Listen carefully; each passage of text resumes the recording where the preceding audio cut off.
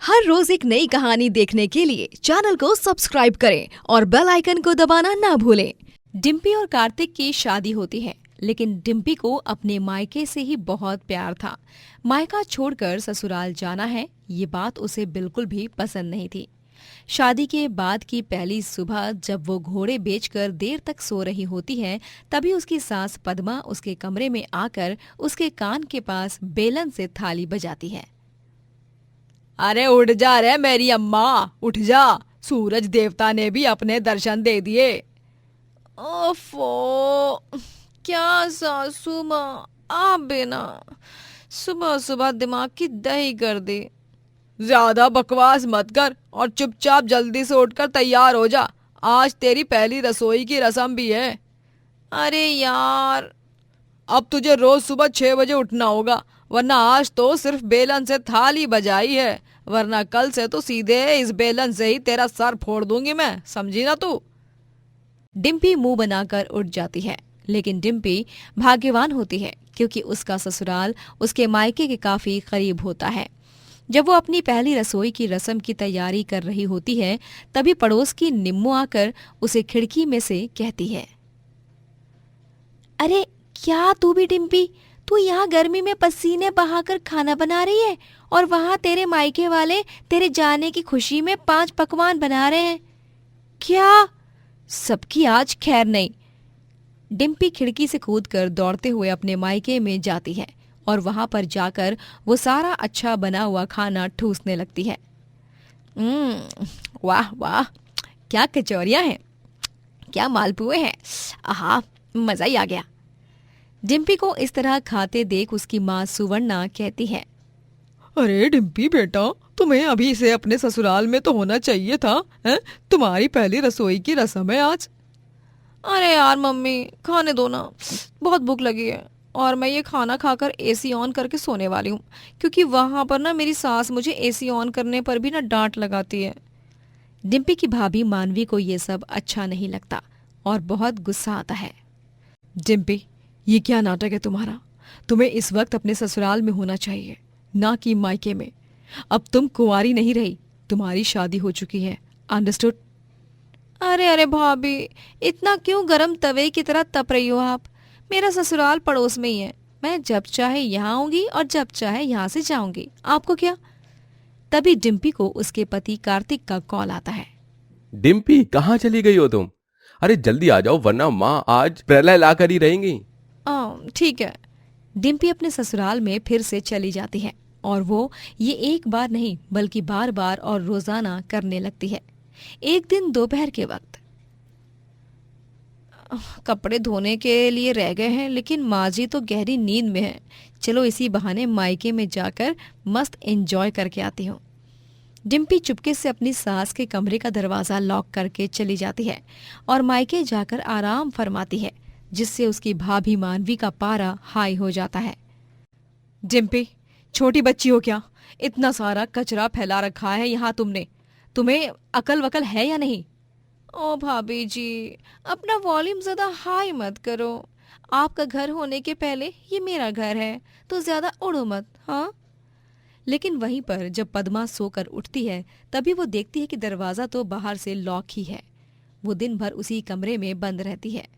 अरे डिम्पी बहू, अरे मर गई क्या?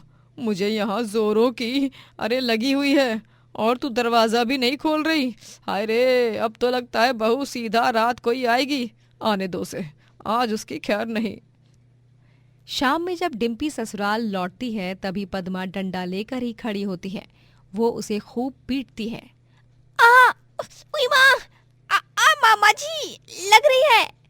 क्यों री कलमुई, बहुत पंखाए है ना तेरे, जब देखो तब बहाना मार के ये चालाकी करके अपने मायके भाग जाती है, मुझे कमरे में बंद करके चली गई है। चल, अब तुझे भी मैं ऐसे ही 10 घंटों तक एक ही कमरे में बंद करूंगी, तब तेरी अकल ठिकाने आएगी।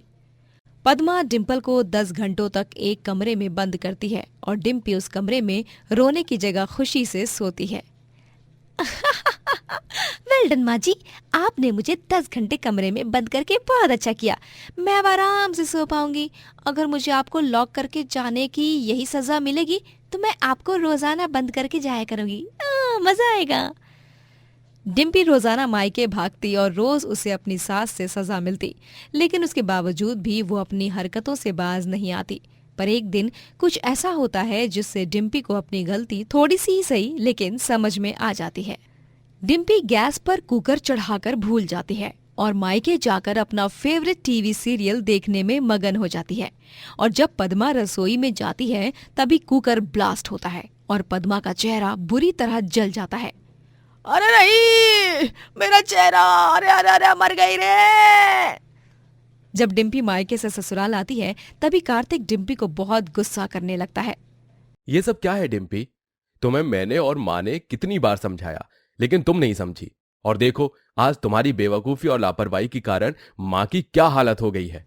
अरे देख देख, तेरी वजह से मैं माधुरी दीक्षित से काली कलूटी बन गई। अब मैं क्या मुंह दिखाऊंगी सबको। मेरा पूरा चेहरा जल गया रे तेरी वजह से। आई एम सॉरी माँ जी, मैं कल से मायके नहीं जाऊंगी, मुझे माफ कर दीजिए। पिछली बार भी तुमने यही सेम डायलॉग मारा था और आज भी वही सेम डायलॉग कॉपी पेस्ट करके मार रही हो। नहीं, अब तो मैं तुम्हारे इस तमाशे पर हमेशा के लिए फुल स्टॉप लगाकर ही रहूंगा। कार्तिक शाम में जब घर पर लौटता है तभी उसके साथ एक औरत भी आती है और दोनों ने गले में वरमाला पहनी होती है। हाय दैया, ये क्या कार्तिक, तुमने ये क्या कर दिया? मेरे होते हुए दूसरी शादी? ये भूतनी कौन है? तमीज से बात करो डिम्पी, ये कोई भूतनी वूतनी नहीं है, ये मेरी बीवी है मेघा। ये बरसों मेघा हो या शीला की जवानी हो, मुझे उससे रत्ती भर का भी फर्क नहीं पड़ता। ओए चमक छल्लो, चल निकल यहाँ से, ये मेरा पति है। नहीं, तू निकल यहाँ से अब, क्योंकि मुझे ऐसी बहू नहीं चाहिए जिसे अपने घर गृहस्थी और ससुराल की कुछ पड़ी ना हो। हाँ डिम्पी, तुम रोज उसी पल का बेसब्री से इंतजार करती हो ना कि मैं कब अपने मायके जाऊं। तो फिर लो, मैं तुम्हें पूरी तरह छूट दे रहा हूं। अब तुम हमेशा हमेशा के लिए अपने मायके में ही जाकर रहो। खुश? नहीं नहीं नहीं, ऐसा मत करो कार्तिक, मेरी बात सुनो कार्तिक। कार्तिक कार्तिक डिम्पल को घर के बाहर निकाल देता है और डिम्पी अपने मायके में ही रहने लगती है। लेकिन जहाँ एक वक्त पर उसे रोज अपने पड़ोस के ससुराल से मायके में आने पर खुशी महसूस होती थी, वहीं अब उसे अपने ससुराल का मोल समझ आता है और मायके में घुटन होने लगती है। अब मैं क्या करूं? कैसे सब कुछ ठीक करूं? मैंने सच में बहुत गलत किया। खुद ने ही अपनी गलतियों से खुद की जिंदगी पर ग्रहण लगा दिया है। अब क्या करूं? डिम्पल को अपनी गलतियों का पूरी तरह से एहसास हो चुका था। वो कार्तिक के पास जाकर रोते हुए उससे माफी मांगती है। मुझे माफ कर दो कार्तिक, माफ कीजिए माँ जी, मैंने बहुत गलत किया है, लेकिन प्लीज मुझे एक आखिरी मौका दीजिए। मुझे सच में अपनी गलतियों का एहसास हो चुका है और मैं आप दोनों से ये वादा करती हूँ कि अब से अपनी गलतियों को फिर से नहीं दोहराऊंगी मैं। ठीक है डिम्पी, चलो रोना बंद करो। तुम ही मेरी बीवी थी और तुम ही रहोगी। फिर वो शादी? वो तो सिर्फ एक नाटक था, तुम्हें अपनी गलती का एहसास दिलाने के लिए। डिम्पी सुधर जाती है और अब वो अपने मायके तो जाती है, लेकिन सिर्फ तीज त्योहार या किसी खास अवसर पर ही, और वो अपनी सास संग खुशी से रहकर एक खुशहाल जीवन व्यतीत करती है। शहर में एक रेस्टोरेंट था जिसका नाम था दावत। उस रेस्टोरेंट में रश्मिका नामक एक बहुत ही मेहनती और टैलेंटेड शेफ थी। उसके हाथ की बनी स्पेशल अंदाज वाली पालक पनीर की सब्जी उस रेस्टोरेंट की शान थी। सभी उसकी खूब प्रशंसा करते और रेस्टोरेंट में लोग खास करके उसके हाथ की पालक पनीर की सब्जी खाने ही आया करते। अरे वाह आलोकनाथ जी, वाह, क्या पालक पनीर की सब्जी मिलती है आपके रेस्टोरेंट में। अरे मजा ही आ गया। थोड़ी और मिल सकती है क्या? अरे जी जी, क्यों नहीं, बिल्कुल बिल्कुल। अरे भाई, आपके रेस्टोरेंट के शेफ के हाथों में सच में जादू है, जादू, वरना इतना स्वादिष्ट खाना कोई नहीं बना सकता। शुक्रिया सर। रेस्टोरेंट का मालिक आलोकनाथ भी रश्मिका की खूब तारीफ किया करता, क्योंकि आखिर रश्मिका के कारण ही तो उसका रेस्टोरेंट चल रहा था। रश्मिका मैम, आप इतनी टैलेंटेड शेफ हो, सच में आपको देखकर बहुत प्रेरणा मिलती है हमें। मुझे जब भी कोई डाउट रहेगी मैं सीधे आपके पास चली आऊंगी, ठीक है Rashmika ma'am? Yes dear, no problem, तुम कभी भी मेरे पास आ सकती हो। I will definitely help you out. Rashmika स्वभाव से भी बहुत अच्छी थी। सभी उसके हाथ की बनी पालक पनीर को खाकर चकित ही रह जाते हैं, क्योंकि उसका स्वाद एकदम अनोखा और मानो लाखों में एक था। आलोकनाथ भी रश्मिका से ये सवाल पूछ पूछ कर थक चुका था। मैं तो इस रेस्टोरेंट का मालिक हूं रश्मिका, अब क्या तुम मुझे भी नहीं बताओगी कि आखिर तुम्हारी स्पेशल पालक पनीर की रेसिपी क्या है? सर, मेरी रेसिपी सिर्फ मुझे ही पता है। अगर आपको रेसिपी जाननी है तो चलिए निकालिए 100 करोड़ रुपए, उतनी महंगी है वो रेसिपी। Very funny. सब कुछ अच्छा चल रहा होता है, लेकिन एक दिन रेस्टोरेंट में एक नई शेफ आती है जिसका नाम माया होता है। माया एक घमंडी लड़की होती है और वो किसी से सही से बात भी नहीं करती। वो देखती है कि रेस्टोरेंट का पूरा स्टाफ बस रश्मिका के नाम की माला जप रहा है, जिसके बाद उसे रश्मिका से बहुत जलन महसूस होने लगती है। ये रश्मिका है क्या? सिर्फ एक पालक पनीर क्या अच्छा बना लेती है, सभी इसके पीछे पागल हो चुके हैं। नहीं नहीं, माया के होते हुए कोई और फेमस नहीं हो सकता। मैं उस रश्मिका की बच्ची का बाजा बजा कर ही रहूंगी और उसे इस रेस्टोरेंट से निकलवा कर ही रहूंगी। कैसे, कब, किस तरह, वो सब मुझे अच्छी तरह पता है। माया ठान लेती है कि वो अब रश्मिका को दावत रेस्टोरेंट से बाहर निकलवा कर ही रहेगी। इसीलिए एक दिन वो चुपके से रश्मिका की पालक पनीर में एक हानिकारक जानलेवा पाउडर मिला देती है। अब देखना क्या होगा आगे आगे। जब कस्टमर इस जानलेवा पालक पनीर को खाएंगे तभी आएगा भूचाल, वो भी बेचारी निर्दोष रश्मिका की जिंदगी में। रश्मिका जब कस्टमर को वो पालक पनीर की डिश सर्व करती है तभी उसे खाकर एक आदमी खून की उल्टी करता है और उसके बदन का रंग भी बदलने लगता है। सभी की हवाइयां उड़ जाती हैं। उस आदमी की बीवी बहुत घबरा जाती है।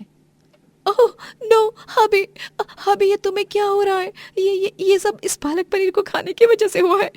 कहाँ है इस रेस्टोरेंट की वो पालक पनीर क्वीन?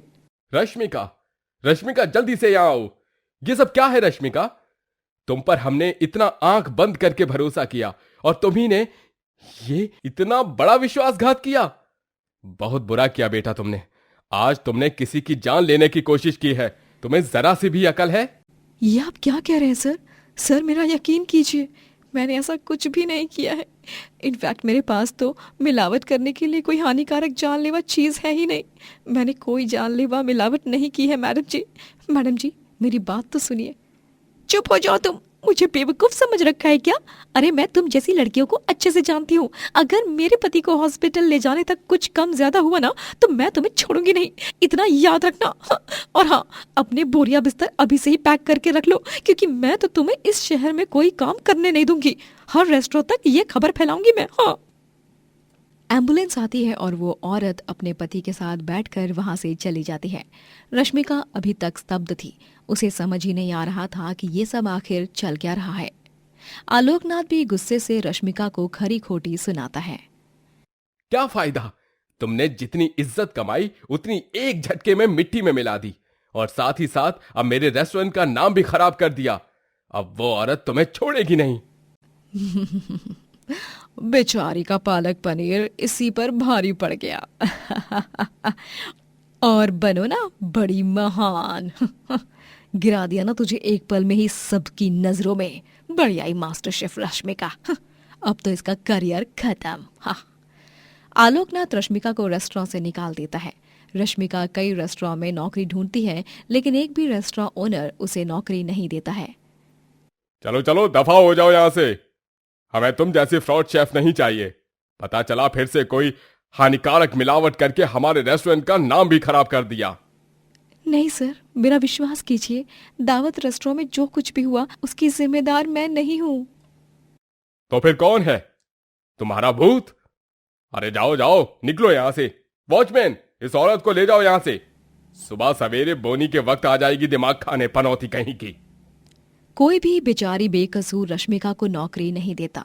वहीं माया रश्मिका के जाने के बाद बहुत खुश थी। उसके जलते हुए सीने को बहुत ठंडक मिल चुकी थी। रश्मिका वैसे भी एक अनाथ थी। उसने 19 साल की उम्र में अपने माता पिता को खो दिया था, इसीलिए अब उसका शहर में कुछ बचा नहीं था। वो फैसला लेती है कि वो अब गांव जाकर रहेगी और वहीं पर काम करके पैसे भी कमाएगी। वो गांव चली जाती है और गांव जाने के बाद अपने पुराने घर में रहने लगती है। गांव पहुंच तो आई, लेकिन अब मैं अपना जीवन यापन कैसे करूंगी? मैं इतनी आसानी से हार नहीं मानूंगी। मैंने उस सब्जी में कोई मिलावट की ही नहीं थी। मुझे पूरा यकीन है मेरा भगवान मुझे न्याय जरूर दिलाएगा। रश्मिका अपने पापा की बंद दुकान को देखती है और सोचती है, क्यों ना मैं इस बंद दुकान का एक ढाबा बना दूं, मेरी स्पेशल रेसिपी पालक पनीर का ढाबा। हाँ, ढाबे के जरिए मैं एक दिन में ढेरों पैसे कमा सकती हूँ। रश्मिका सबसे पहले उस बंद दुकान का शटर खोलकर उसकी अच्छे से साफ सफाई करती है और फिर बाजार जाकर पालक पनीर और बाकी सामग्री खरीदती है। वो नए बर्तन और नया चूल्हा भी खरीदती है और इस तरह वो अपना पालक पनीर ढाबा खोलती है, जहाँ पर लोग उसके हाथ के बने पालक पनीर को खाने आने लगते हैं। उसके ढाबे की खूब सफलता होने लगती है। सभी उसके स्वादिष्ट पालक पनीर के फैन बन जाते हैं। ओए होए होए होए, मुझे पालक बिल्कुल नहीं पसंद, लेकिन अभी ये पालक पनीर की सब्जी खाकर तो मैं पालक पनीर का दीवाना हो गया हूँ भाई। रश्मिका जी, मुझे 2 और रोटियां देना और थोड़ी सी पालक पनीर की सब्जी भी डाल दो एक्स्ट्रा। जी, ये लीजिए भाई साहब। रश्मिका का पालक पनीर ढाबा पूरे गांव में कुछ ही दिनों में मशहूर हो जाता है। वहीं दूसरी तरफ एक दिन दावत रेस्टोरेंट का मालिक आलोकनाथ रेस्टोरेंट के किचन रूम की तरफ जा रहा होता है। तभी वो माया को अकेले में बतियाते हुए सुनता है। बेचारी वो रश्मिका दुनिया की नजर में बुरी बन गई, जबकि उस दिन उसके पालक पनीर की सब्जी में मिलावट मैंने की थी, ताकि इल्जाम उस पर लगे और वो ये रेस्टोरेंट छोड़कर चली जाए। आलोकनाथ ये सच सुनकर हैरान और दंग रह जाता है। उसे खुद पर बहुत शर्मिंदगी महसूस होती है कि उसने बेचारी रश्मिका के साथ कितना बड़ा अन्याय किया था। आलोकनाथ तुरंत प्रेस बुलाता है और माया को सबके सामने सच बोलने को बोलता है। डर के मारे माया सारा सच उगल देती है और इस तरह सबकी नजरों के सामने रश्मिका निर्दोष साबित हो जाती है और वो अपने पालक पनीर ढाबे के आउटलेट्स शहर में भी खोलती है और ढेर सारे पैसे कमाकर जीवन में खूब तरक्की करती है। दोस्तों, अगर आपको ये कहानी पसंद आई तो लाइक करें, शेयर करें और कमेंट करके बताएं कि कहानी में आपको सबसे अच्छा क्या लगा।